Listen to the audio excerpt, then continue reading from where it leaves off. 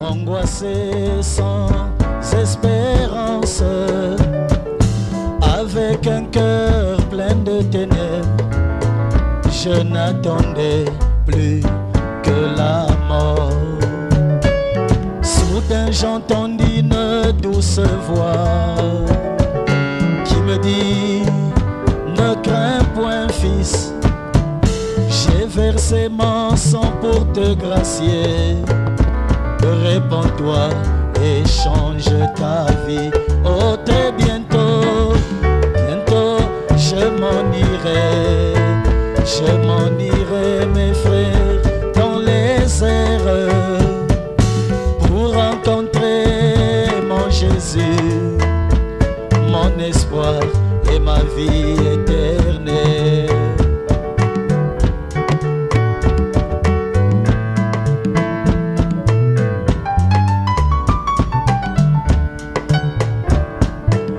Sans argent, sans rien payer, il m'a sauvé au prix de sa vie.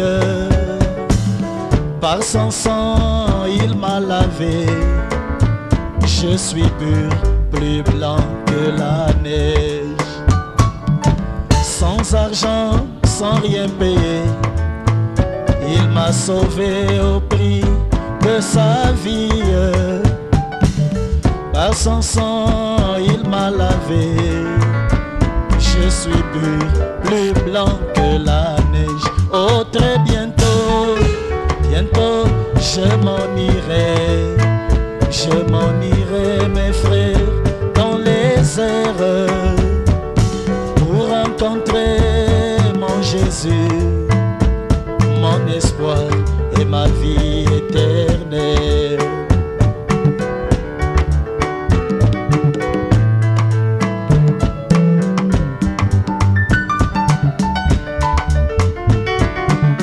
Peu m'importe ce qu'on me dit, ce qui compte pour moi, c'est sa promesse. Il m'a promis qu'il reviendra pour me chercher, je le crois de tout mon cœur. Peu m'importe ce qu'on me dit, ce qui compte pour moi, c'est sa promesse. Il m'a promis qu'il reviendra pour m'enlever, je le crois de tout mon cœur.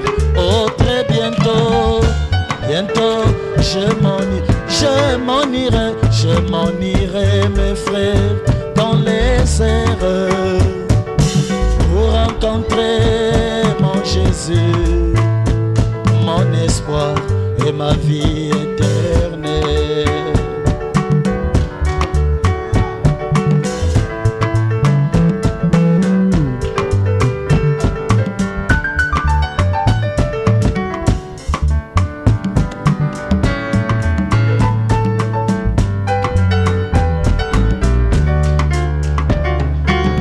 Au signal de la trompette, je serai changé en un clin d'œil. Avec un cœur plein d'amour, je m'envolerai comme un oiseau. Au signal de la trompette, je serai changé en un clin d'œil. Avec un cœur plein d'amour, je m'envolerai comme un oiseau. Oh, très bientôt, bientôt, je m'en irai, mes frères, dans les airs, pour rencontrer mon Jésus, mon espoir et ma vie éternelle. Oh, très bientôt, bientôt, je m'en irai, mes frères, dans les airs, pour rencontrer mon Jésus, mon espoir et ma vie éternelle.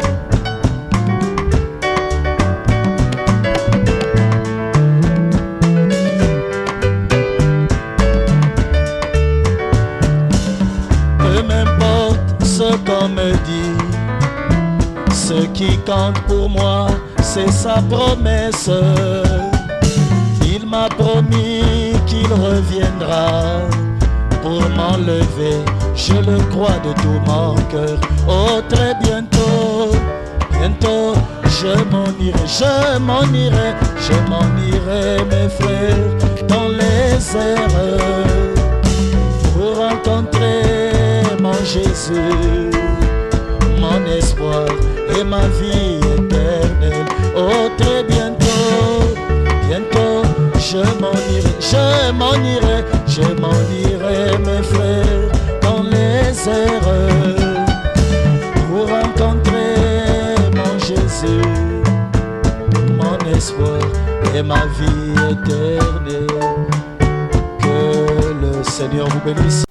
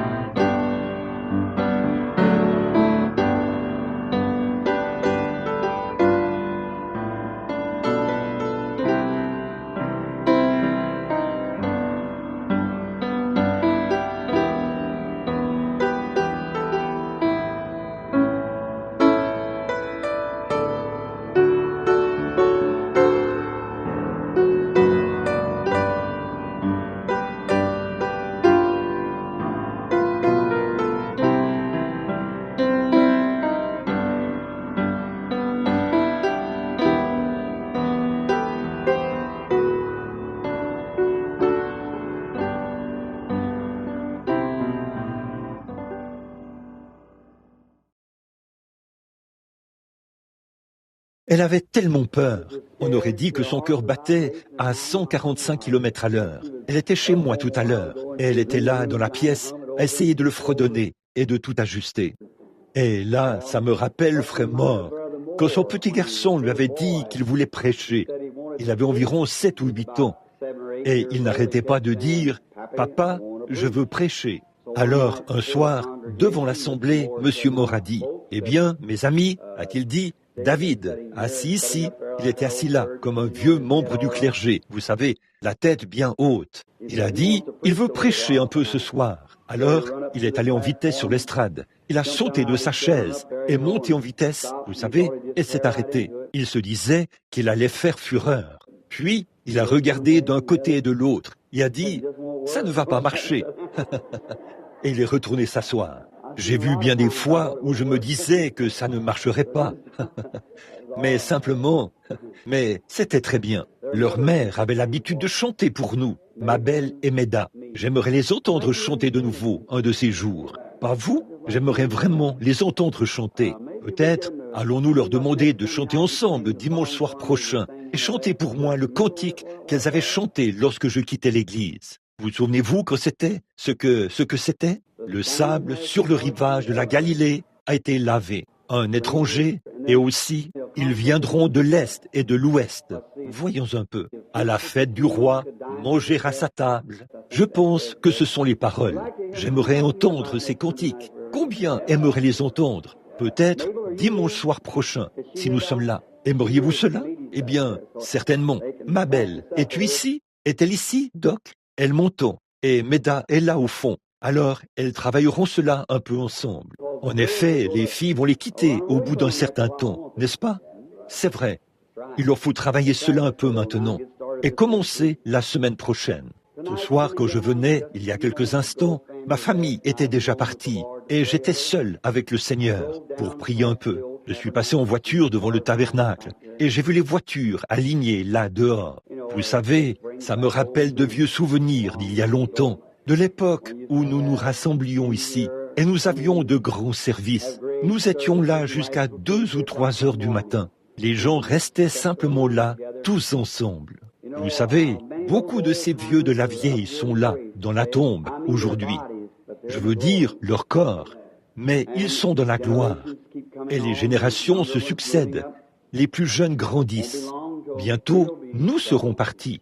L'autre génération va, les autres, les jeunes, prendront notre place. Donc, il est de notre devoir, n'est-ce pas, de vivre chaque jour rien que pour le Seigneur, pour lui seul. Bon, je sais que demain, c'est un jour de travail pour ceux qui doivent sortir pour aller travailler. Donc je vais m'efforcer de vous laisser partir de bonne heure ce soir. Est-ce que le service de baptême ou quelque chose d'autre suivra ceci? Très bien. Maintenant, cette vieille Bible bénie est la carte routière pour du berceau à la tombe et jusqu'au ciel, d'un bout à l'autre. Et nous l'aimons, parce que c'est dans son contenu que nous trouvons le plan du salut qui sauve parfaitement. Or, avant de l'ouvrir, parlons à l'auteur, pendant que nous courbons la tête un instant. Notre Père Céleste, nous te remercions ce soir pour tout ce qui a déjà été fait pendant cette réunion, pour les cantiques et pour tout ce qui a déjà été fait. Et nous sommes reconnaissants ce soir d'être réunis ici, sous le toit de ce petit bâtiment, au nom du Seigneur Jésus, avec cette belle promesse que là où 2 ou 3 sont assemblés en mon nom, je serai au milieu d'eux. Et nous savons que tu es ici. Et nous sommes si heureux de savoir qu'après 1900 ans de prédication de l'Évangile et de l'histoire d'un monde qui évolue, toi, tu restes toujours le même. Les temps changent, les gens changent, les nations changent, les désirs et les attitudes changent, mais tu restes toujours le même. Et nous en sommes si heureux ce soir, Père, car nous sommes heureux de pouvoir lire ta parole, de voir ce que tu étais autrefois et de savoir que nous nous approchons du même Père aimant, indulgent et compréhensif, qui marchait autrefois sur les rives sablonneuses de la Galilée, qui a été crucifié, prenant notre place, et est devenu un pécheur qui est mort à la croix, à notre place, afin de se charger de nos péchés et de les emporter au loin. Et tu as été jeté en enfer. Or le prophète avait dit, « Je n'abandonnerai pas son âme dans le séjour des morts, et je ne permettrai pas que mon sein voie la corruption. » Et le troisième jour, tu es ressuscité et est monté au ciel, où tu es assis ce soir, à la droite de la majesté de Dieu, pour intercéder sur la base de notre confession. Et nous avons le droit et le privilège de confesser que notre propriété personnelle, qui a été rachetée par ton sang, tout ce que tu as inclus dans ton plan de rédemption, lorsque tu es mort et as fait l'expiation au calvaire. Et ce soir, Père, nous demandons une bénédiction spéciale pour chaque pèlerin présent sous ce toit ce soir, dans le tabernacle. Nous te prions aussi, Père, pour les hommes et les femmes, les garçons et les filles qui sont en dehors de l'arche ce soir, qui ne te connaissent pas. Nous te prions d'être avec eux et de les attirer à toi ce soir. Et puisse le Saint-Esprit frapper spécialement leur cœur et les attirer à Dieu notre Père. Accorde-le, Seigneur. Bénis chaque église et chaque réunion qui accourt dans le monde entier, aujourd'hui et ce soir. Puissent tous les ministres être inspirés pour prêcher et que le cœur et l'oreille des gens soient circoncis pour entendre et comprendre, afin que Dieu en reçoive la gloire. Car nous le demandons au nom de Christ. Amen. Que le Seigneur ajoute sa bénédiction ce soir, alors que nous venons à la croix, pour donner un petit enseignement sur la parole. C'est en quelque sorte une leçon d'école du dimanche. Vous savez, je me disais tout à l'heure, alors que j'étais assis là-haut, vous savez, ce serait merveilleux, à un moment donné, si il y a un grand bâtiment vide, ici en ville, l'ancien cinéma Dream. J'imagine qu'on peut y asseoir entre 1500 et 2000 personnes. Et ce serait très bien si nous pouvions la voir à un moment donné, ou peut-être pendant plusieurs dimanches de suite, environ 5 semaines, et avoir un service de guérison le dimanche après-midi dans l'ancien cinéma Dream, ici, et diffuser le service sur l'une des stations locales pendant 1 heure. Ça ne coûte pas grand-chose, environ 19 ou 20 $, quelque chose comme ça pour 1 heure. Je le paierai volontiers moi-même, et si mes réunions là-bas parrainent cela, c'est juste pour que les gens d'ici puissent venir, et qu'on ait un bon endroit où les envoyer, les convertis. Et vous savez, j'ai vraiment apprécié le message de notre pasteur ce matin sur la pêche au filet, et je sais que vous l'avez tous apprécié, et c'est vrai, et nous devons attraper les poissons dans le filet, comme il l'a dit. Et c'est vrai, voyez, vous devez attraper le poisson dans le filet. Et là, l'union, fait la force. Bon, hier soir, j'étais chez frère Junior Cash. Je crois que c'est comme ça qu'il s'appelle. Nous étions là-bas hier soir pour prêcher chez lui. Et le Seigneur est descendu d'une manière merveilleuse. On a amené une jeune fille. La seule chose que j'ai vue, qui aurait pu être vue naturellement, que vous auriez pu voir de vos yeux là sur l'estrade, c'était une jeune fille de couleur qui venait du sud de l'Indiana, au sud de New Albany ou quelque part, qui avait été impliquée dans un accident. Et elle avait les nerfs de l'oreille et de la voix sectionnés, à tel point qu'elle ne pouvait ni parler ni entendre. Et une veine était coincée quelque part, ce qui avait paralysé son côté. Et la jeune fille qui était là avec un grand appareil orthopédique, sa mère essayait de l'aider à monter sur l'estrade. Ce n'était qu'une jeune fille, toute jeune. Elle avait probablement 16 ans ou quelque chose comme ça. Et d'une manière ou d'une autre, le Saint-Esprit a semblé placer l'Afrique juste devant moi. Et j'ai regardé cela. Et j'ai noté, ici même dans le cahier, une vision qui montre que mon retour en Afrique sera beaucoup plus glorieux que la première série de réunions en Afrique. Et donc, les gens ne savaient pas ce qui se passait, mais une vision était en train de se produire. Puis j'ai dit, Père céleste, ce n'est pas que nous recherchons les miracles. La Bible dit, une génération faible et adultère demande des miracles. Nous ne demandons pas des miracles, mais Dieu accomplit des miracles. Au même moment où il disait cela, il accomplissait des miracles. Mais si nous les demandons, qu'il nous faut absolument avoir des miracles, quelque chose qui nous montre, une preuve quelconque, que nous sommes sauvés, ou quelque chose comme ça. Je ne crois pas aux preuves. Je crois que la preuve que nous sommes sauvés, c'est que nous prenons Dieu au mot. C'est la meilleure chose que je connaisse. Après quoi, les fruits suivent. Alors je lui ai demandé s'il voudrait bien accorder cette requête, comme signe qu'il était temps de retourner en Afrique. En fait, nos contacts sur le terrain deviennent de plus en plus solides. Et lorsque nous avons prié pour cette jeune fille, elle pouvait parler, entendre et bouger. C'était tout simplement merveilleux de voir ce que notre Seigneur était capable de faire. Et donc, nous en sommes heureux ce soir, heureux de savoir que ce beau foyer, où qu'il se trouve, est très heureux ce soir de voir cette jeune fille. Comment cela s'est-il produit alors que les nerfs étaient complètement sectionnés? Vous voyez, il n'y avait aucun moyen. Non, rien du tout. Ils étaient complètement sectionnés et coincés. Le nerf de la langue ou des cordes vocales et le nerf auditif. En fait, ils sont tous les deux reliés par le même nerf. Mais ce nerf avait été sectionné lors de l'accident. Mais Dieu, d'une manière ou d'une autre, combien t'es là et ont entendu la jeune fille parler? Voyons un peu. C'est vrai, elle était capable de parler, d'entendre et de s'exprimer. Je lui parlais comme ceci. J'ai dit, « M'entends-tu » Elle a dit, « Oui. » « Tu m'entends toujours » J'ai dit, « Dis, maman. » Elle a dit, « Maman. » J'ai dit, « Dis, Jésus. » Elle a dit, « Jésus. » Et elle a continué à parler. Alors le Seigneur est merveilleux, n'est-ce pas? Il est plein de miséricorde. Et comme ça faisait 2 semaines que je n'avais pas fait de service de guérison, cela a donné un nouvel élan à mon cœur, en quelque sorte, et je me sens prêt pour un autre service. Maintenant, dans le livre des Nombres, j'aime l'Ancien Testament. Et nous allons avoir une leçon ce soir, là, sur le livre des Nombres.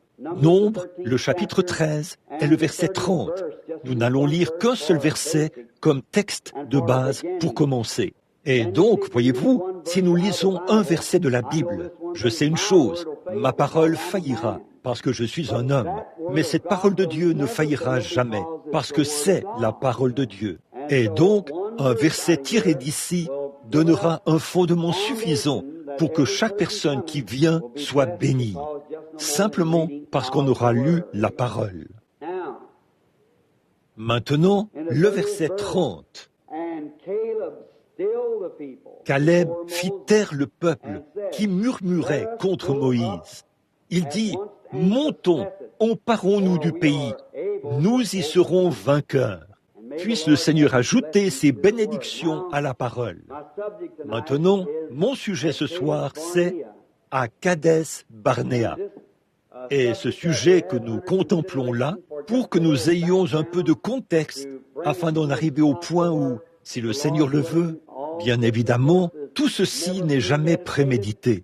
C'est simplement apporté par inspiration, tout comme cela m'est donné. Je n'ai pas fait d'études pour apprendre comment prêcher cela. J'ai essayé de le faire 4 ou 5 fois, et c'était vraiment un terrible gâchis. Je ne sais vraiment pas comment m'y prendre, mais je l'aime vraiment, et je compte sur lui, et je sais que c'est aussi votre cas à tous.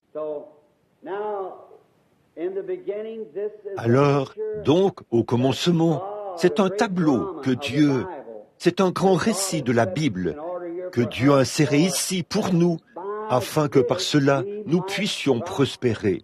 Je crois que dans Hébreux, le chapitre 10 ou le chapitre 12, il est dit, « Puisque nous sommes environnés d'une si grande nuée de témoins, rejetons tout fardeau et le péché qui nous enveloppe si facilement, afin de pouvoir courir avec persévérance dans la carrière qui nous est ouverte, ayant les regards sur le chef et le consommateur de notre foi, le Seigneur Jésus-Christ. » Bon, tout l'Ancien Testament et tous ses personnages et ses caractéristiques n'étaient qu'une préfiguration du coin ou de la clé de voûte, le Nouveau Testament, qui reliait la loi et cette dispensation. Beaucoup de gens disent que ceci, c'est la dispensation chrétienne, mais ce n'est pas le cas. Ceci, c'est la dispensation du Saint-Esprit. La dispensation chrétienne a duré 3 ans et demi. La loi a duré plusieurs centaines d'années. Ainsi donc, la dispensation chrétienne est le pont ou la clé de voûte qui relie le Nouveau et l'Ancien Testament. Bien des fois, dans la Bible, nous voyons, et très souvent, on appelle cela les actes des apôtres. C'est le nom qu'on donne. J'aime toujours appeler cela les actes du Saint-Esprit dans les apôtres. Parce que les apôtres n'étaient que des hommes, mais c'était le Saint-Esprit dans les apôtres qui accomplissait ces actions.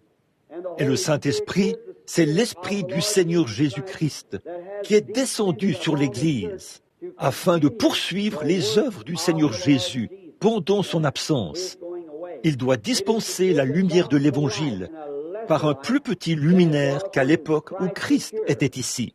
Comme la lune et le soleil, la lune apparaît pour apporter de la lumière en l'absence du soleil, jusqu'à ce que celui-ci se lève de nouveau. Ensuite, la lune disparaît. Le soleil, c'est une lumière tellement plus brillante qu'elle éteint la lumière de la lune. Mais la lumière de la lune, qu'est-ce que c'est? C'est un reflet du soleil sur la lune. C'est comme Christ. Quand il était ici, il était la lumière du monde.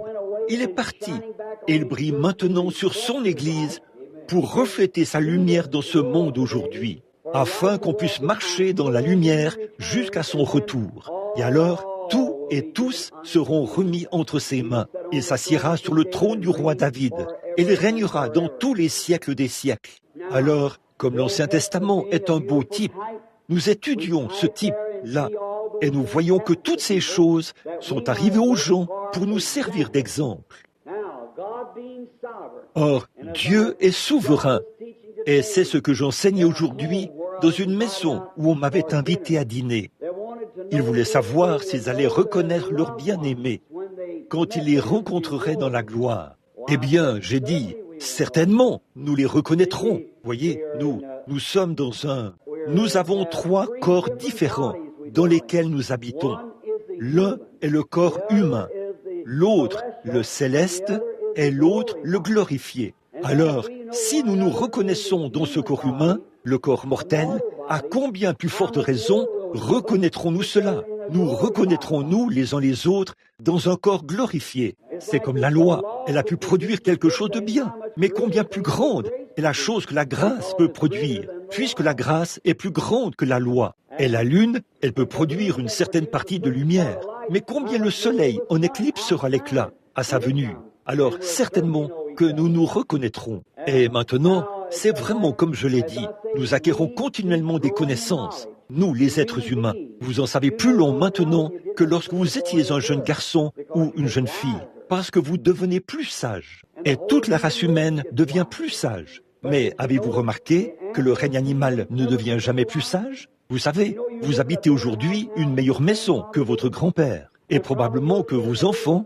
habiteront une bien meilleure maison que vous aujourd'hui. Mais tout récemment, je crois dans le Reader's Digest ou quelque part, je lisais un article qui disait qu'on avait pris une petite femelle roitelet et qu'on l'avait mise dans une cage sans rien pour construire un nid. Et elle a dû pondre ses œufs sur le sol de la cage.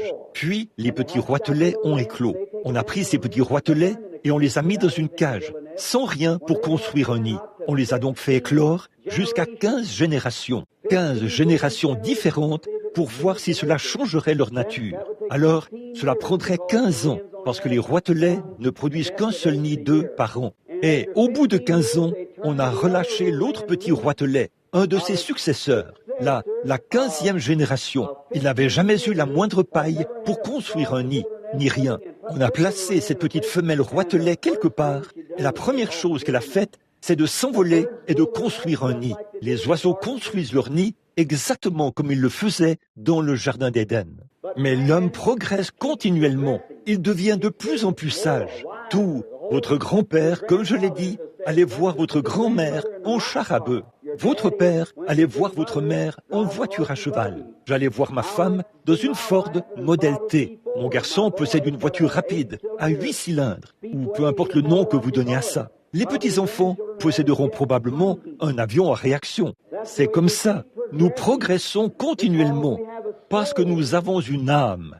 Or, l'oiseau n'a pas d'âme. Mais nous avons une âme. Nous ne sommes pas des créateurs, mais nous pouvons pervertir. Eh bien, nous ne pouvons pas créer du bois, mais après que Dieu l'a créé, nous pourrons le prendre et en faire une maison, parce que nous descendons de Dieu, des fils et des filles de Dieu. Peu importe combien nous sommes déchus, nous devons quand même reconnaître que nous sommes des fils et des filles de Dieu. Dans notre état déchu, nous sommes toujours des fils et des filles. Dieu fait une promesse. Dieu doit tenir cette promesse. Oh, j'espère que vous voyez cela. Si seulement vous pouviez le comprendre ce soir, Église, et en prendre conscience. Vous n'iriez pas de droite à gauche et vous n'adhéreriez pas à cette église-ci, puis à cette église-là. Vous ne rechercheriez pas votre plaisir dans les choses du monde. Vous ne rechercheriez pas votre guérison en allant d'un service de guérison à l'autre. Vous pourriez prendre Dieu au mot et savoir que c'est terminé. Certainement, quand Dieu fait une promesse, il ne peut pas revenir sur cette promesse. Il est dans l'obligation de tenir sa parole.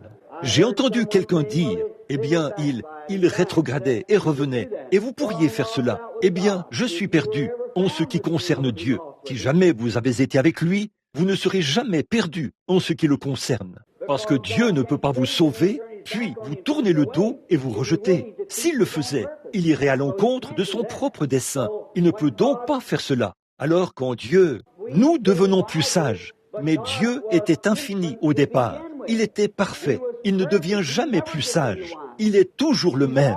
Donc, si une certaine situation critique s'est produite et que Dieu agit de telle ou telle manière, lors de cette situation, si la même situation se produit encore et qu'il n'agit pas de la même manière, alors il a mal agi quand il agit ici. Vous voyez? Il faut donc qu'il soit le même, en tout temps, quel que soit l'âge, et de voir que les gens peuvent expliquer et essayer d'annuler la puissance de la divinité. Ça, je ne le comprends pas. Parce que si Christ est le même hier, aujourd'hui et éternellement, sa puissance est la même, son attitude est la même.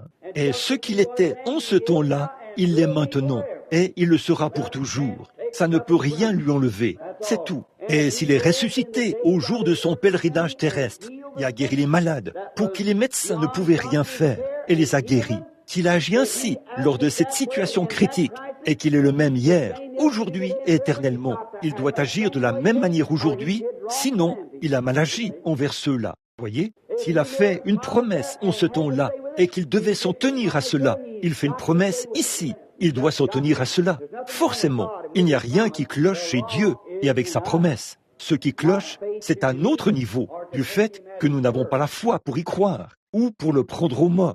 Maintenant, voyez-vous, si nous avions la même jugeote qu'un oiseau, nous agirions comme ceux du début. Mais nous devenons si intelligents que nous trouvons toutes les explications possibles pour déprécier la parole. Et nous disons, oh, c'était à une époque révolue. Et nous créons un autre type de situation. Au lieu de prendre Dieu au mot, nous commençons simplement une nouvelle organisation. Voyez? Eh bien, c'est comme ceci que Dieu le fera. Et c'est comme ça que Dieu le fera. Si nous étions comme les oiseaux et que nous ne changions pas et qu'il ne nous avait pas été donné le libre arbitre, nous prendrions simplement Dieu au mot. Cela réglerait la question. Point final. Dieu l'a dit, un point c'est tout. Comme c'est beau de voir que le Dieu vivant et vrai vit encore aujourd'hui. Au milieu de tout ce chaos, Dieu vit et règne encore. Maintenant, ce peuple de l'Alliance, Israël, s'était retrouvé là-bas en Égypte à cause de leur désobéissance et parce qu'ils avaient vendu leur frère Joseph. Ils avaient été emmenés en Égypte et y étaient restés en esclavage pendant 400 ans. Je veux vous faire remarquer qu'ils n'ont jamais perdu leur alliance. Ils avaient perdu leur liberté, pas leur alliance. Dès lors que Dieu a fait l'alliance avec Abraham, Isaac et Jacob, il a juré par lui-même qu'il sauverait Abraham et sa postérité après lui. Dieu est dans l'obligation de tenir cette promesse. Et il est tout aussi lié par sa promesse à votre endroit qu'il l'était envers Abraham. Quant à la promesse, c'est vrai, si vous êtes la postérité d'Abraham, comment devient-on la postérité d'Abraham? Nous qui sommes morts en Christ, nous devenons la postérité d'Abraham, dit la Bible, et nous sommes héritiers selon la promesse. Alors Dieu est autant lié envers vous qu'il l'était envers Abraham. Dis donc, cela devrait ôter toute peur. Dieu ne veut pas que vous ayez peur de quoi que ce soit. Reposez-vous solennellement sur ce qu'il a dit. Ce qu'il nous faut aujourd'hui, c'est un homme qui relèvera le défi de l'heure où nous vivons. C'est vrai. En ce jour où la discorde et tout le reste se sont infiltrés, au nom de la religion et tout, et au nom du salut, de l'évangile, nous avons besoin que quelqu'un soit suscité parmi nous comme Dieu a suscité Moïse pour qu'il remplisse cette fonction à cette époque-là. Oui, ils n'avaient pas perdu leur alliance. Ils avaient perdu leur liberté. Ils étaient esclaves, mais l'alliance demeurait encore. Et un jour, alors qu'ils étaient là à gémir et à pleurer, à cause des oppresseurs de l'Égypte, parce qu'ils étaient devenus des esclaves, je veux que vous remarquiez ce beau tableau. Et ceci serait bon pour les légalistes. Écoutez, Dieu n'est jamais descendu pour dire, bon, si vous faites telle et telle chose, si vous faites telle et telle chose.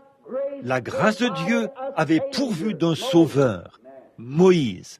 C'est vrai, Moïse n'était pas arrivé là n'importe comment, mais c'est par sa grâce souveraine que Dieu avait envoyé Moïse. Non seulement un sauveur, mais la grâce avait pourvu d'un libérateur, sans aucune loi ni rien. C'est simplement par sa grâce solennelle que Dieu avait envoyé Moïse pour être un libérateur et un sauveur de la nation, afin de les faire sortir.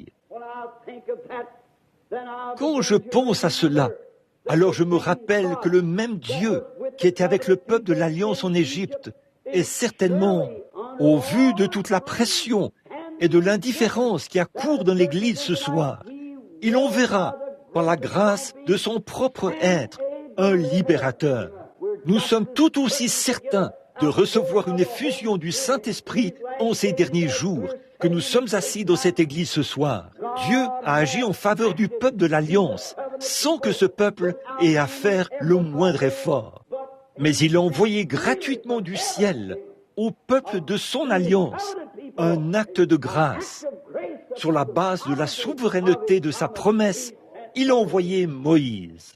Et dans la même situation critique, alors que les gens étaient en esclavage et qu'ils subissaient toutes sortes de choses, le joug du péché, de la maladie et des ennuis d'aujourd'hui, il est tout aussi sûr qu'il enverra Jésus-Christ la deuxième fois qu'il a envoyé Moïse la première fois. Quand la situation critique s'est produite, Dieu a agi dans sa grâce souveraine.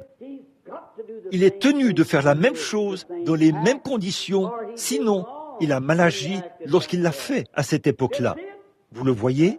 Voici ce à quoi j'essaie d'arriver. Le plus grand péché que je trouve dans l'Église aujourd'hui, c'est l'incrédulité. C'est le seul péché qui soit. Il n'existe pas d'autre péché que l'incrédulité. Là, dehors, quelle partie de cela est la nuit? Quelle partie est noire? Vous ne pourriez pas dire, il fait noir dans cette partie-ci, alors qu'il fait complètement noir, même à partir de mes mains. Bon, il n'y a qu'une seule façon de définir le péché et de déterminer ce qu'est le péché. Ce n'est pas parce que vous buvez, ou que vous fumez, ou que vous jouez à des jeux d'argent. C'est défini ainsi. C'est parce que vous êtes un incroyant que vous faites ces choses-là. Et c'est vrai. Le fait que vous jouiez aux jeux d'argent, le fait que vous mentiez, le fait que vous voliez, ces choses ne sont pas des péchés. Ce sont les résultats du péché. C'est parce qu'en vous habite un esprit différent. Si vous étiez un croyant ferme, ces choses seraient aussi mortes et sombres que la nuit devant vous. Certainement, voyez, ces choses sont des attributs de l'incrédulité. Dans Jean, chapitre 3, Jésus a dit que celui qui ne croit pas est déjà condamné. Vous n'avez même pas franchi la première étape. Vous êtes condamné au départ.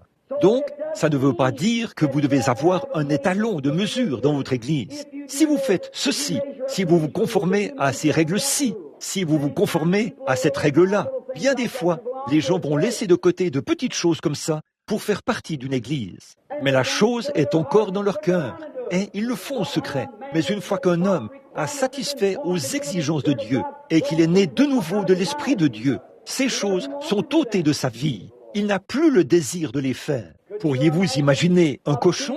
Le cochon ira manger sur un tas de fumier. Je ne lui en veux pas. C'est un cochon. C'est ce qui le pousse à le faire. Mais vous n'arriverez jamais à amener un agneau à faire ça. Parce que ce sont deux natures différentes. Le cochon a une nature et l'agneau a une autre nature.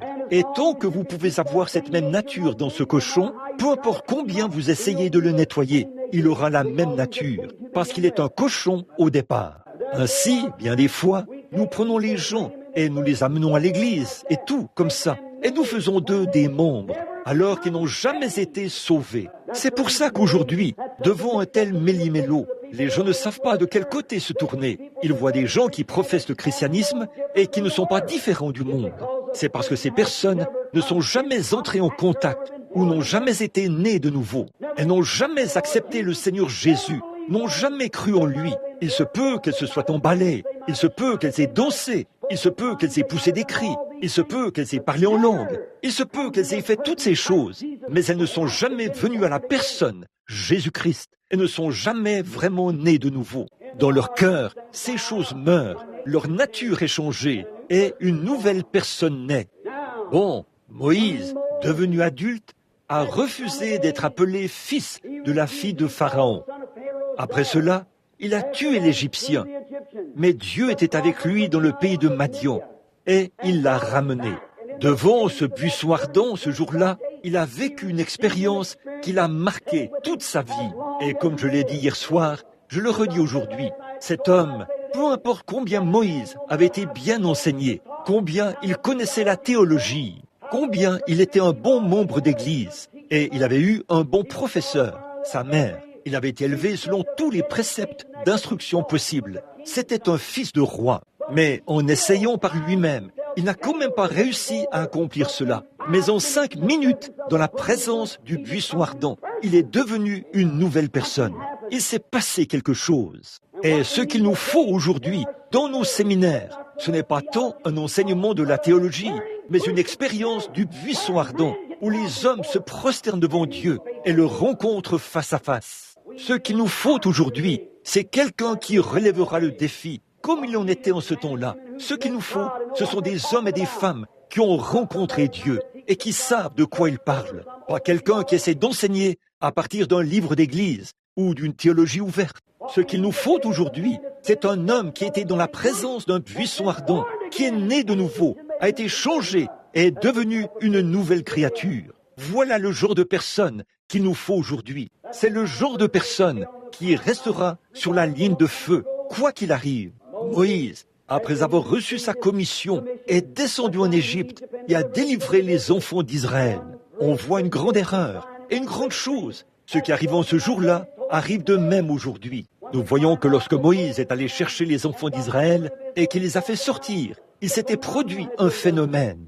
Alors, voilà, je ne veux pas vous blesser, je ne veux pas vous secouer ou vous arracher la peau, mais je tiens à prêcher la vérité. Il y a une chose, frère, la vérité ne vous rendra jamais populaire, mais la vérité vous rendra honnête. Voilà une bonne chose. Et ne devriez-vous pas être honnête plutôt que populaire? Certainement que vous devriez l'être. Maintenant, je veux que vous sachiez que quand ce phénomène s'est produit, des miracles, des signes et des prodiges ont été accomplis. Et quand ils sont sortis, dit la Bible, une multitude de gens de toute espèce sont sortis. Un groupe de gens de toute espèce. Certains d'entre eux étaient des croyants et d'autres prétendaient croire.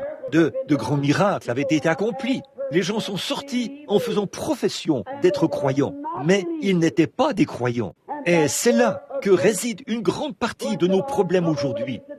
Nous pourrions mettre le doigt dessus. Ce sont des hommes et des femmes qui viennent à l'église et qui font profession d'être des croyants, mais qui ne le sont pas. J'en ai vu derrière la chair, j'en ai vu dans les lignes de prière, j'en ai vu partout des hommes et des femmes qui viennent là et disent « Je suis un croyant » et qui font profession d'être des croyants, mais qui ne sont pas des croyants. Et c'est là que les ennuis d'Israël ont commencé, quand ils en sont arrivés au point où ils ont constaté que ces gens-là étaient aussi sortis. Certainement que le surnaturel s'était produit. C'est ce que nous voyons dans nos milieux aujourd'hui, dans nos églises. Dieu est entré en scène. Il guérit les malades. Il a ressuscité les morts. Il a ouvert les yeux des aveugles. Il fait entendre les sourds, parler les muets. Il guérit les infirmes. Il ôte les cancers des gens. Nous, on ne peut pas nier ces choses. Il y en a par milliers. Au départ, c'est ici, à l'intersection de la 8e rue et de la rue Penn, que tout a commencé. Et maintenant, c'est partout dans le monde. Et il y a 10 000 feux de réveil qui brûlent sur les collines de toutes les nations païennes et partout ailleurs. Des signes et des prodiges s'accomplissent. De grandes choses sont en train de se produire. Dieu est en action. Nous sommes au temps de la fin, au carrefour du temps. Nous voyons donc qu'il y a là une multitude de gens de toute espèce. Bien des fois, le peuple de Dieu dit « Oui, je le suis, je vais faire ceci. Et nous voyons que ces gens étaient charnels. Dès que la moindre difficulté s'est présentée, ils ont voulu retourner en Égypte. Ils voulaient les pots d'ail. Ils voulaient du poisson pêché dans le fleuve. Ils voulaient le poireau et l'ail. Ils voulaient les choses qu'ils avaient là-bas en Égypte. C'est un beau et un parfait type du membre d'église charnel d'aujourd'hui. Il aime les choses du monde parce qu'il n'est pas de Dieu. La Bible dit, si vous aimez le monde ou les choses du monde, l'amour de Dieu n'est même pas en vous. Et Christ a raison dans toutes ses déclarations. C'est vrai. Et aujourd'hui, nous voyons des gens qui sortent. Oh, comme j'aimerais que d'une manière ou d'une autre, Dieu mette ceci sous la 5e côte du côté gauche et le tasse bien. Un homme, peu importe combien il essaye de faire semblant, lorsqu'il fait face à une difficulté, cela fera ressortir ce qu'il y a de mieux et ce qu'il y a de pire en lui face aux difficultés. Prenez un chrétien un moment donné, mettez-le devant une difficulté et regardez sa réaction. Vous verrez de quoi il est fait. Tout le monde peut faire bonne figure. Tout le monde peut louer le Seigneur. Lorsque le Saint-Esprit se répand sur une assemblée de gens, mais que les ennuis surgissent, alors observez ce qui se passe. Observez ce qui arrive à ce moment-là. Alors, êtes-vous en train de tomber? Êtes-vous de cette multitude de gens de toute espèce? Êtes-vous la personne qui ne peut pas, comme on le dit dans le langage de la rue, qui dit « Je ne peux pas le supporter ». C'est ça. Vous ne pouvez pas tenir le coup. Frère, si vous êtes dans cet état-là, rétrograde, avec des hauts et des bas, à l'endroit et à l'envers, pourquoi ne venez-vous pas au calvaire pour mourir à vous-même et naître de nouveau de l'Esprit de Dieu? Amen. Honte à vous, vous qui professez le christianisme, vous qui vivez dans vos églises. Nous n'avons pas de membres ici. Vous venez simplement ici. Vous faites partie de différentes églises. Mais vous qui faites profession d'être des chrétiens et qui, dehors, menez une vie qui montre que vous ne l'êtes pas, vous êtes un déshonneur pour l'association du Seigneur Jésus-Christ. Amen. Vous qui faites profession d'être chrétien et qui avez honte de le prendre au mot ou de témoigner de sa puissance et de sa gloire, en tout temps, vous êtes un déshonneur pour le nom du Seigneur Jésus-Christ. Amen. C'est la vérité, c'est vrai. Tenez-vous-en à la parole. Quoi qu'il advienne, tenez-vous-en à sa parole. Abraham a dû le faire et il a appelé les choses qui n'étaient point comme elles étaient. Il a cru à Dieu et cela lui était imputé à justice. Ce qu'il nous faut aujourd'hui, c'est qu'on ôte l'os de poulet et qu'on mette une colonne vertébrale dans le christianisme. Voilà, ce qu'il nous faut, ce sont des chrétiens nés de nouveau, des hommes et des femmes, des gens qui, lorsqu'ils voient surgir les ennuis, ils ne se défilent pas, ils ne tombent pas, ils ne se précipitent pas de ce côté-ci, ils n'y ont pas part, mais un homme ou une femme qui prendra position et qui se montrera sous son vrai jour. Même vos amis vous apprécieront davantage si vous faites cela. Quel est l'homme qui n'appréciera pas une femme? Elle aura beau être laide, comme une clôture de boue enduite de crapauds. Elle aura beau être laide au possible, mais qu'elle soit une vraie dame et qu'elle ait assez de noblesse de caractère pour défendre les principes de la moralité féminine. N'importe quel homme qui a un tant soit peu de virilité en lui, il lui tirera son chapeau. Et si l'homme agit ainsi, étant un fils de Dieu déchu, que pensera Dieu lui-même d'un homme qui s'en tient à ses convictions, qui appelle le bien bien et le mal mal? Ce qu'il nous faut aujourd'hui, c'est un bon réveil à l'ancienne mode, comme celui de Saint Paul, et que le Saint-Esprit de la Bible soit de nouveau dans l'Église. On voit tant de cette mollesse, de se laisser aller, qui se font au nom du christianisme. Éliminez tout ça, tant de dénominations, tant de théologie, tant d'instructions. Et je ne cherche pas à soutenir. De toute façon, les gens ne marchent pas de manière aussi boiteuse que l'Église le fait. Voilà, c'est ça, de manière aussi boiteuse que l'Église le fait. Ce n'est pas l'instruction qui est votre béquille, c'est votre foi qui est votre béquille. Amen. C'est vrai, l'instruction n'y arrivera jamais. La dénomination n'y arrivera jamais. Aucune organisation ne pourra jamais se substituer à l'expérience de la chambre haute. Aucune école ne pourra jamais remplacer la Pentecôte. C'est impossible. Ce n'est ni par la puissance, ni par la force, mais c'est par mon esprit, dit le Seigneur. C'est ce qu'il nous faut aujourd'hui. Revenir à l'expérience de la Bible. Des chrétiens qui sont nés de nouveau, qui sont lavés dans le sang de l'agneau, blanchis, régénérés, 2 fois nés. Ce dont le monde a besoin aujourd'hui, c'est d'un réveil. Un réveil à l'ancienne mode, comme celui que saint Paul a eu vers l'an 66 de notre ère. Maintenant, mon frère, ma sœur, nous voyons que cette multitude de gens de toute espèce est sortie.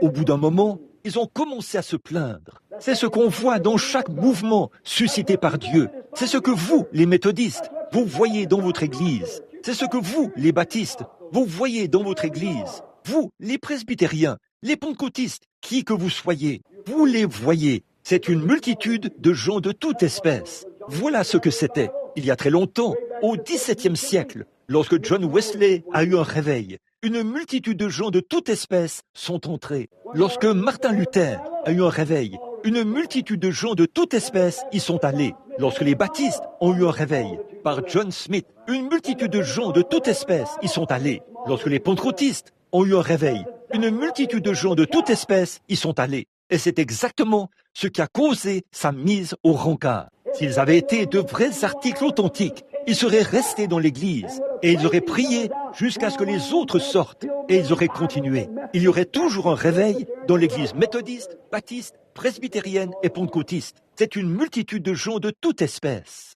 Ils sont sortis. Dès qu'ils sont arrivés là-bas, ils ont commencé à se plaindre. Ils n'étaient dans le désert que depuis 3 mois, quand ils se sont mis à dire « Oh, si j'avais de l'ail, si j'avais des poireaux !» Ils étaient là-bas. Ils avaient de la nourriture d'ange pour remplacer l'ail. Et ils se plaignaient. Pourquoi? Leur système digestif n'était pas capable de digérer, capable la nourriture d'ange. C'est ça le problème aujourd'hui. Nous n'avons pas eu de réveil du Saint-Esprit à l'ancienne mode. Et notre tube digestif spirituel n'est pas capable de digérer un bon vieux réveil à l'ancienne mode du Saint-Esprit par lequel on peut tenir bon. Au contraire, il nous faut une ordonnance du médecin, l'ordonnance du docteur Jésus, qui nous remettra sur pied, certainement. Ils ne tiennent pas bon, ils avancent, ils reculent. À la moindre petite chose qui surgit, ils se plaignent, se disputent, se mettent dans tous leurs états. Ils prennent une église dans laquelle l'une de ces choses éclate, c'est comme un cancer. Ça détruira toute l'église. C'est vrai, nous devrions commencer tout de suite à nous débarrasser de cela. Eh bien, ils n'étaient pas très loin. Bon, réfléchissez un peu à ça. Ils mangeaient de la nourriture d'ange, descendue du ciel, et ils se plaignaient. Ils buvaient des eaux issues d'un rocher frappé, les eaux pures et saintes de la vie, et ils se plaignaient. Ils désiraient l'eau boueuse du Nil.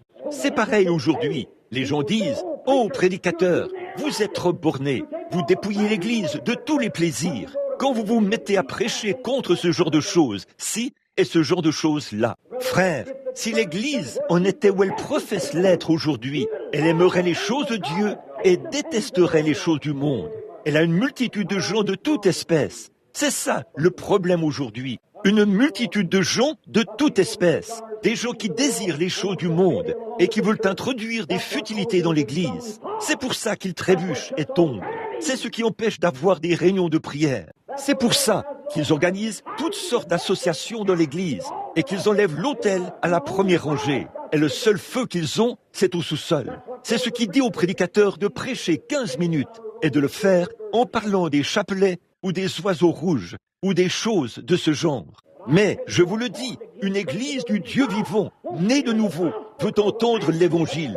Car un homme qui est né de l'Esprit de Dieu, Jésus a dit que l'homme ne vivra pas de pain seulement, mais de toute parole qui sort de la bouche de Dieu. Certainement, des multitudes de gens de toute espèce. Ils sont sortis. Oui, ils avaient quitté leur grande position en Égypte, dont ils se vantaient, se vantant de leurs idées matérialistes, de leurs dispositifs mécaniques, de leur science médicale, de ce qu'ils réalisaient avec leurs dispositifs mécaniques. Ils se vantaient de leur position. Ils avaient abandonné toutes ces choses pour faire route avec le grand médecin. Et ils se plaignaient toujours. N'est-ce pas exactement comme la multitude de gens de toute espèce d'aujourd'hui? Et tout à coup, ils sont arrivés à un endroit appelé Kadès Barnéa. Kadès Barnéa, c'est le tribunal. C'était le tribunal du monde. Le vrai nom de cet endroit, sa signification, c'était une très grande source qui bouillonnait près de ce tas de palmiers qui se trouvait dans le désert. où il y avait de petites cabanes qu'on appelait une ville, le lieu d'habitation du peuple d'une nation ou d'une petite poignée de personnes.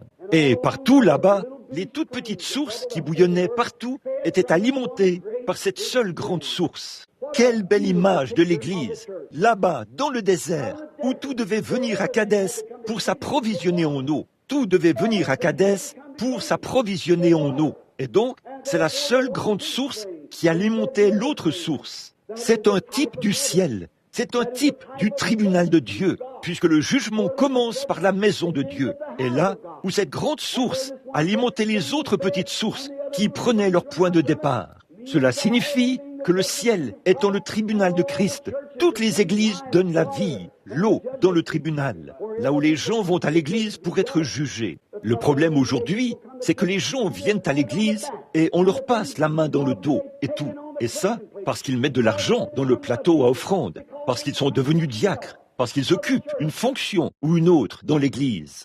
Ou alors, parce qu'ils peuvent se balader à bord d'une meilleure voiture, ou porter de meilleurs vêtements, ou quelque chose comme ça. On vous respecte et on vous passe la main dans le dos. Frères, ce qu'il nous faut aujourd'hui, ce sont des prédicateurs à l'ancienne mode, qui appelleront les choses par leur nom. Noir, c'est noir, et blanc, c'est blanc. Comme Jean-Baptiste, lorsqu'il est sorti du désert de Judée, il n'était pas très bien habillé. Il était enveloppé d'une peau de mouton, avec une ceinture de cuir, un tissu de poils de chameau attaché autour de lui. Et il est arrivé là, en prêchant la repentance. Et quand Hérode a pris la femme de son frère Philippe, et qu'il avait épousée, il est allé là-bas à la réunion. Je peux m'imaginer le diacre qui dit « Ne prêche surtout pas sur le mariage et le divorce ce soir, parce qu'il y a un grand homme parmi nous ce soir. Ne fais surtout pas ça. » Pouvez-vous imaginer qu'un homme qui a reçu le Saint-Esprit dans le sein de sa mère puisse fermer les yeux sur un péché, quel qu'il soit? Jean-Baptiste avait reçu le Saint-Esprit 3 mois avant sa naissance. Il était mort dans le sein de sa mère. Quand le nom de Jésus a été prononcé pour la première fois, il a sauté et bondi dans le sein de sa mère. Pouvez-vous imaginer qu'un homme qui a reçu l'Esprit, le baptême du Saint-Esprit, 3 mois avant sa naissance, puisse faire des compromis avec les choses du monde? Il s'est avancé tout droit vers lui a mis son doigt au nez et a dit « Il ne t'est pas permis de l'avoir pour femme ». C'est ça. Cela lui a coûté la tête. Mais il est immortel ce soir dans l'autre monde, parmi les rachetés. Amen. Ce n'est pas populaire, mais c'est la vérité. Amen. Remarquez, n'ayez pas peur quand je dis Amen. Ça signifie qu'il en soit ainsi. Oui, c'est vrai. Bon, je sais que je deviens un peu excité de temps en temps. Vous pensez que je suis excité, mais je ne le suis pas. Je sais où j'en suis. Je sais exactement où j'en suis. Je sais de quoi je parle. Je sais de qui je parle. Le Seigneur Jésus-Christ. Remarquez comme c'est beau. Et ils se sont mis à murmurer et à se plaindre. Et ils ont finalement été conduits à Kadès. Et quand ils sont arrivés à Kadès, ce tribunal, au jugement, ils étaient tous rassemblés là. Et il viendra un jour glorieux. Et je crois que ce jour est proche maintenant, où il y aura une séparation entre le bien et le mal. Et je crois que je peux suffisamment prouver, par l'autorité que donne l'Écriture, que la marque de la bête est le sceau de Dieu, où le peuple de Dieu vont bientôt se manifester, et que c'est même en train de se manifester maintenant. La marque de la bête, c'est la marque de l'apostasie. La marque de la bête, c'était ceux qui avaient rejeté le bien. On leur perçait l'oreille pour qu'ils demeurent dans l'erreur pour le reste de leur vie. Ceux qui reçoivent le sceau de Dieu, c'est le baptême du Saint-Esprit. Éphésiens 4:30 dit « N'attristez pas le Saint-Esprit de Dieu, par lequel vous avez été scellés jusqu'au jour de votre rédemption. » On en est au point où on ne peut plus supporter la médiocrité. C'est vrai. C'est comme un homme qui essayait d'aller au ciel. Il avait une poignée de billets. Le contrôleur de train lui a posé la question quand il est monté à bord. Il lui a dit « Pourquoi avez-vous autant de billets ?» L'un des billets était un billet des méthodistes, l'autre des baptistes, l'autre de la science chrétienne, l'autre des adventistes du 7e jour, l'autre était toutes les choses. Il lui a dit « Pourquoi avez-vous tous ces billets ?» Il a dit « Eh bien, je vais vous le dire, monsieur. » Il a dit « L'un disait sans cesse que ceci est vrai, et cela est vrai. Alors, je les ai tous essayés. » Il a dit « Je me suis dit que j'apporterais le billet de chacun d'eux. » Et il a été condamné. Frère, il n'y a qu'un seul moyen d'aller au ciel. C'est par Jésus-Christ, en étant né de nouveau du Saint-Esprit. Si un homme ne naît de nouveau, il n'entrera point dans le royaume. a dit notre Seigneur Jésus-Christ. Amen. Quel jour que celui où nous vivons, mon ami. Quel temps que celui où nous vivons. Quel changement. Quelle secousse. Dieu a toujours confirmé son Église. Dieu le fera toujours. Je ne dis pas qu'ils viendront tous au Branham Tabernacle. Je ne dis pas qu'ils iront tous à Wall Street. Je ne dis pas qu'ils iront tous à l'église chrétienne ou n'importe quelle autre église. Ce que je dis, c'est que dans chaque église, Dieu a ses membres. Il a les membres de son corps qui sont nés de nouveau. Et ce sont eux qui sont fidèles à Dieu. Ce sont eux qui aiment le Seigneur Jésus de tout leur cœur et de toute leur âme. Vous les verrez lire leur Bible dans la réunion de prière. Vous les verrez faire tout ce qu'ils peuvent pour le royaume de Dieu. C'est vrai, mais la multitude de gens de toute espèce est vraiment imposante, écrasante. Ils essaient de ramener les gens dans les choses du monde. Ce qu'il nous faut aujourd'hui, c'est un autre Kadès Barnéa. C'est vrai, là où commence le jugement. Qu'est-ce qui s'est passé par la suite? Corée s'est levé et a dit, il n'y a pas que Moïse qui soit saint parmi le peuple. Et il a rassemblé un grand groupe de gens. Puis, il s'est présenté là, avec ce grand groupe de gens, et a dit, nous sommes des prophètes, nous sommes ceci, et nous sommes cela. Que s'est-il passé? Dieu a parlé à Moïse et a dit, sépare-toi de lui. Puis il a ouvert la terre et les a engloutis. Ça a été la fin de ces ronchonneurs et la fin de ces gens qui avaient suivi Corée. Que s'est-il passé ensuite? Dieu a dit, nous allons, il a dit à Moïse, envoie des espions pour explorer le pays où nous allons, celui que je t'ai promis. Si Dieu leur avait dit que c'était un bon pays, si Dieu avait fait toutes ses promesses, cela aurait dû satisfaire n'importe qui, puisque c'est Dieu qui l'avait dit. Bon, à tous les coups, nous allons crier « Gloire au Seigneur » à ça. Mes frères, c'est le même Dieu qui leur a fait ces promesses, qui nous fait toutes ces promesses qu'il leur a faites. Pourquoi en doutons-nous? Qu'essayez-vous de dire, frère Branham? Est-ce une multitude de gens de toute espèce? Oui, c'est tout à fait cela. C'est une multitude de gens de toute espèce. Et nous sommes à Kadès en ce moment, où vous, de grands hommes dans le pays, nous avons eu un Jacques Schuller, un Billy Graham, nous avons eu Oral Roberts, Tommy Hicks, Tommy Osborne. Nous avons eu de nombreux hommes puissants qui ont parcouru ce pays d'un bout à l'autre. Et ce soir, il y a plus de débits d'alcool que d'églises. Et leur nombre va en croissant. Qu'est-ce qu'il y a? Il y a une multitude de gens de toute espèce. Je vais vous dire quelque chose, que cette nation ne se contente pas de réserver 1 heure d'un certain jour à la réunion de prière. Environ 1% de 1000 personnes essaieront d'y assister. Faites en sorte que toute cette nation se tourne vers Dieu, qu'elle ferme tous les débits d'alcool, détruise toutes les distilleries et ferme tous ces lieux de beuverie et d'escroquerie et tout le reste. Qu'on interdise aux femmes le port de ces espèces de petits shorts dégoûtants et qu'on fasse de leur port dans les rues une infraction passible d'une peine de prison. Qu'on nettoie les foyers, les maisons et l'église et qu'on mette des prédicateurs derrière la chaire au lieu d'une sorte de conférencier.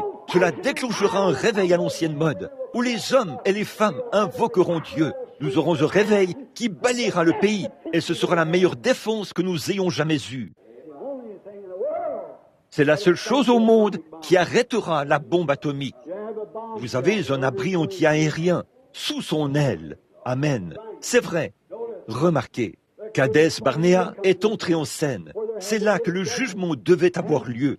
Moïse a choisi 12 hommes, un de chaque tribu, et il les a envoyés explorer le pays. Quand ils sont revenus, j'aimerais que vous remarquiez le genre de rapport. Oh, ont-ils dit, c'est un beau pays. Oh, c'est un pays excellent. Il y coule le lait, le miel. Mais, on dit 10 d'entre eux, nous ne pouvons pas nous en emparer. Nous ne pouvons pas nous en emparer. Oh, ont-ils dit, nous avons rencontré les Amoréens, les Madianites et les Cananéens et tous ces gens. Voyons, nous étions comme des sauterelles auprès d'eux. Ce sont des hommes de très grande taille. Et leurs villes sont toutes fortifiées. Et il n'y a aucun moyen pour nous d'y entrer. Oh, nos cœurs défaillent au-dedans de nous. Nous ne pouvons pas nous en emparer. Et le peuple, par un vote populaire, a accepté ce rapport. Mais il y avait là 2 personnes, l'un nommé Caleb et l'autre nommé Josué, qui avaient ramené une grappe de raisin qu'il fallait 2 hommes pour porter. Caleb a dit, « Tranquillisez-vous devant le prophète, tranquillisez-vous !» Il a dit, « Nous sommes tout à fait capables de nous en emparer. Allons et emparons-nous-en tout de suite. Ce qu'il nous faut en cette heure-ci, C'est un homme qui relève le défi de la promesse de Dieu devant les gens. Dieu a promis l'effusion de la bénédiction de Pentecôte dans les derniers jours. Je veux dire, une vraie effusion de la Pentecôte. Et il est temps que cela se produise. On en est à un autre Kadès Barnéa. Oui, monsieur. Ils ont dit, nous pouvons très bien le faire. Certainement que nous pouvons le faire. Qu'était-ce? Ces membres d'église peureux regardaient à ce que leurs yeux voyaient. Mais Caleb et Josué regardaient à la promesse de Dieu. Peu m'importe combien ils avaient d'opposition, combien grands paraissaient les géants, combien grandes paraissaient les clôtures, ils regardaient à la promesse de Dieu. Et ce soir, chaque homme et chaque femme qui veut marcher avec Dieu, ne prêtez pas attention à ce que le monde dit. Si nous sommes capables ou incapables, Dieu l'a promis et c'est réglé. Dieu l'a dit. J'aime ça. Une fois que Dieu l'a dit, ça règle la question pour toujours. Je vous le dis ce soir, nous avons eu beaucoup de prétextes fallacieux. Nous avons eu beaucoup de croyances artificielles. Nous avons vu beaucoup de choses qui sont sorties pour se donner en spectacle. Certainement, le diable vous présente toujours ses précurseurs. Une contrefaçon pour effrayer les gens. Nous avons connu une fausse Pentecôte. Nous avons connu une fausse pluie.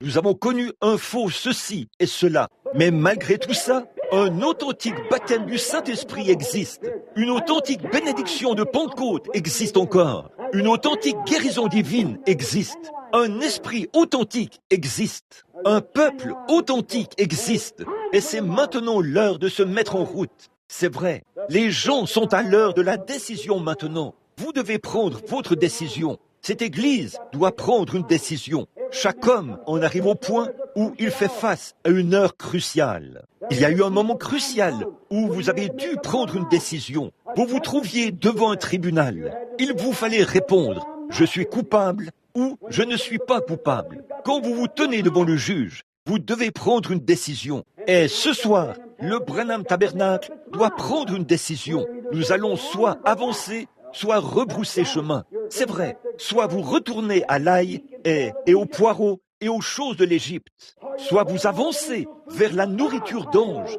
vers le pays promis au sujet duquel Dieu a fait une promesse. Nous avançons vers un réveil du Saint-Esprit à l'ancienne mode. Sinon, vous serez mou, vous vous traînerez partout et vous picorerez comme un rouge-gorge sur une pomme jusqu'au jour de votre mort. Vous devez prendre votre décision. Vous ne pouvez pas continuer comme ça. Pourquoi clochez-vous des deux côtés, a dit Élie. Si Dieu est Dieu, servez-le. S'il n'est pas Dieu, alors ne le servez pas. Si la véritable expérience de Dieu, c'est ce qui ôte le péché du cœur de l'homme, et non pas le fait d'appartenir à une église, ou d'appartenir à un clan, ou d'appartenir à une organisation, ce contre quoi je n'ai rien à dire. Ces choses sont très bien. Si l'instruction ne produira pas cela, nous l'avons essayé bien des fois et nous en avons obtenu des citernes qui fuient.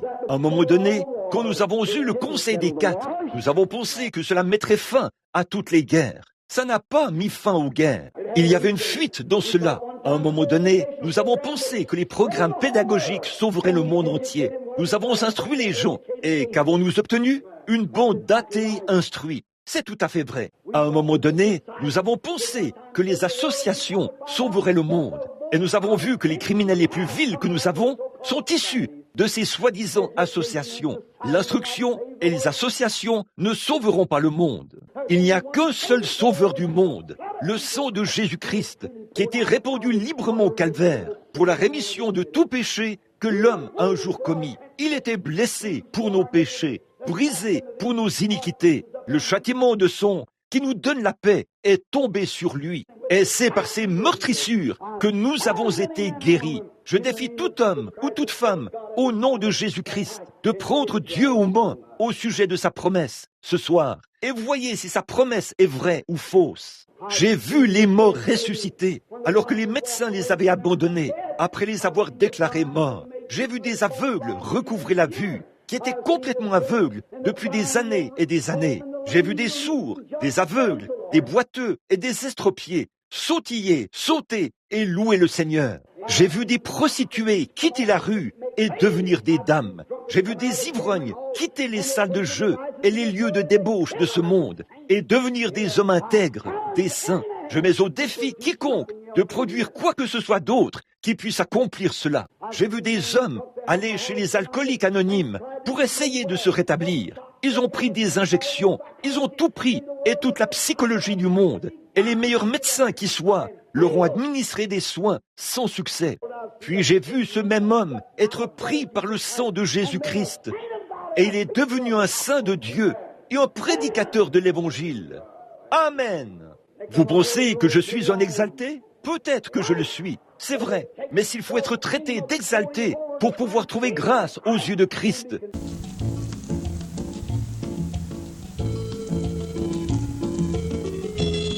Cantique numéro 155. Jésus-Christ m'a libéré.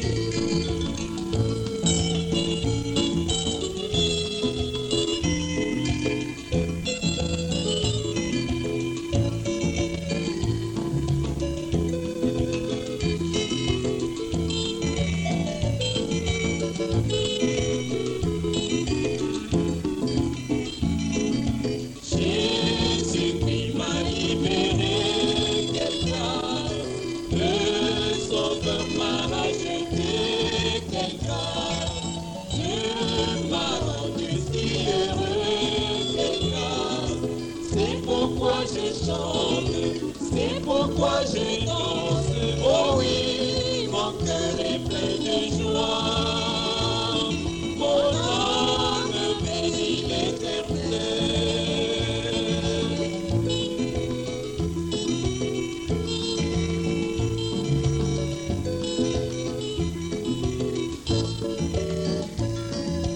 Dans son amour, Jésus m'a donné sa vie qui ne finira jamais. Dès qu'on est le du Seigneur, Jésus qui mourut là-bas au mont Calvaire, c'est là qu'il versa la rançon. Jésus, le parent rédempteur.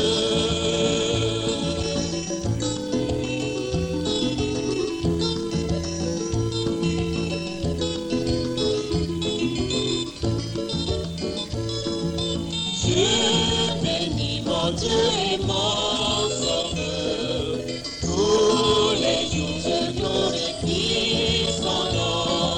Jésus reviendra et me prendra, il m'amènera dans la cité des saints, la grande ville du grand roi, où règne la vie éternelle.